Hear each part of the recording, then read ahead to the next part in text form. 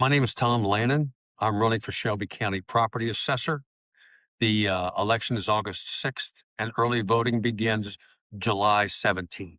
It's come to my attention that some 40% of people who challenge their assessment get some sort of an adjustment. That tells me two things about that scenario. One of them is it's a good thing that people are listening. They have a voice. Um, they're coming well prepared, and they've got data driven backup. And like I said, 40% of them actually get an adjustment, and I think that's a great thing. The other side of that is at least those 40% weren't done correctly in the first place. So I believe that that's a gap that needs to be closed. Is first of all a complete audit.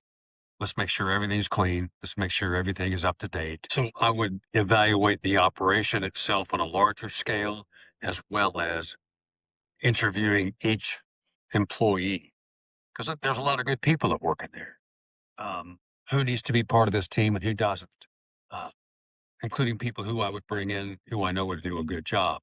But that's how I would disrupt it. I would start at ground zero. It would be a zero-based management approach and build it from the floor up. So I understand that many people who call the assessor's office, uh, they don't have their questions or their concerns handled in a professional manner.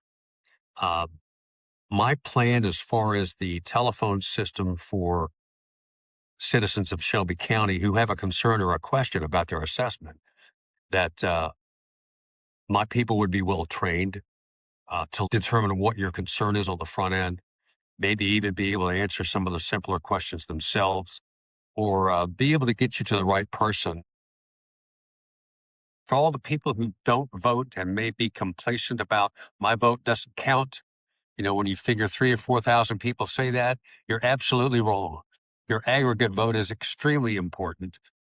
With over 2 weeks of early voting, you can vote on your way to lunch. It doesn't even take your lunch. You can vote anywhere at any of the polling places for early voting. So if you see a long line in one, go to the next. It doesn't hurt.